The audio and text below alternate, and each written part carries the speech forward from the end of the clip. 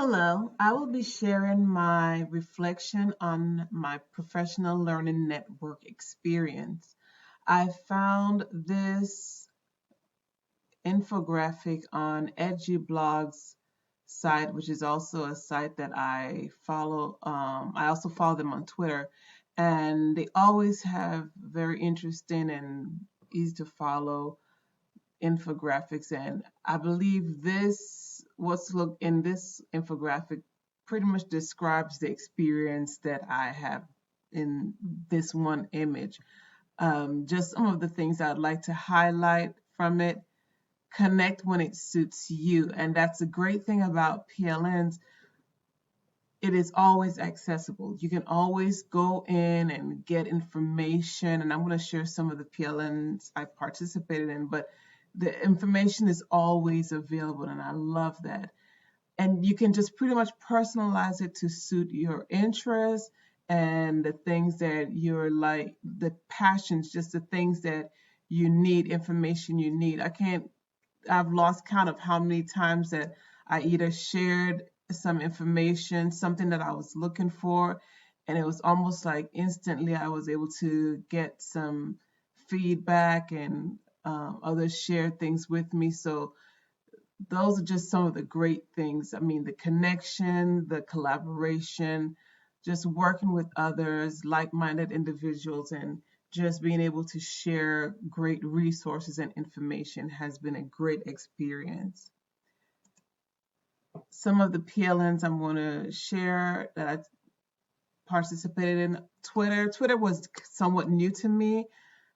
So Twitter, I've been doing EdWeb, but I was more so into the webinars, and I joined a few communities. I'll talk a little bit about it, and also ISTE. ISTE has the webinars they had every Tuesday. Excellent resource. So, okay, so here's my Twitter information.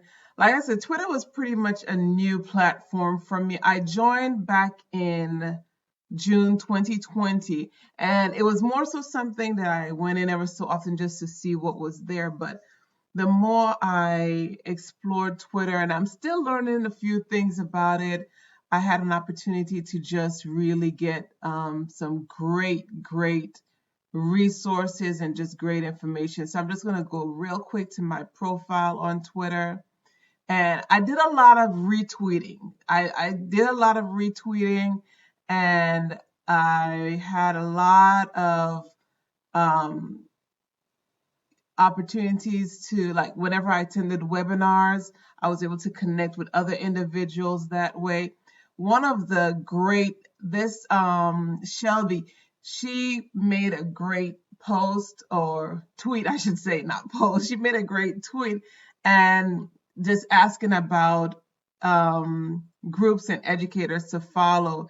And I was following along with this, and I was able to connect with other groups and educators. So this was a great resource right here. It was excellent. Twitter was great to just meet with other individuals, whether they're local, national, international, and just share great ideas. Of course, I will continue to participate, whether it's in the chats or the live chats or just sharing out tweets or retweeting. Definitely, I plan to continue on my Twitter journey, which was, as I said, new to me. EdWeb, I've been on EdWeb for a while. These are all of the communities I've participated in. The main part of EdWeb that I participated in was the webinars and being able to just get information in the chat and just talk with individuals and make connections that way. One thing I've noticed with the communities, the postings and the discussions aren't very frequent and recent. Like, you'll go in and there might be a post from about 8, 9, 10 months ago in a particular community. So this is one that I definitely want to just maintain a little more as far as putting out my questions and discussion points and getting started on sharing, getting my own discussion started. So this EdWeb is definitely one of my goals to continue working on. ISTE Tuesday webinars. Every Tuesday at 1 p.m., ISTE holds a webinar, and it's on various topics dealing with technology, of course. So one of my favorite, and this is just one of the chats from, and that's like the presenters are great with the information that they share, but sometimes the information you get in the chat box, just the collaboration and people sharing out ideas and suggestions and sites to check out, that's almost one of the great parts of webinars for me. I love going into the chat, speaking with individuals, and also getting information and seeing information they share. They share books, they share websites, they share resources, just all sorts of things that you can really spend some time looking into. This particular webinar that I attended was one of my favorites. This is one where the presenter, Al Thomas, he shared a presentation on 1-minute documentaries, and pretty much just going into what a documentary is and having it as an assignment for students to create a 1-minute documentary, which I think is so awesome.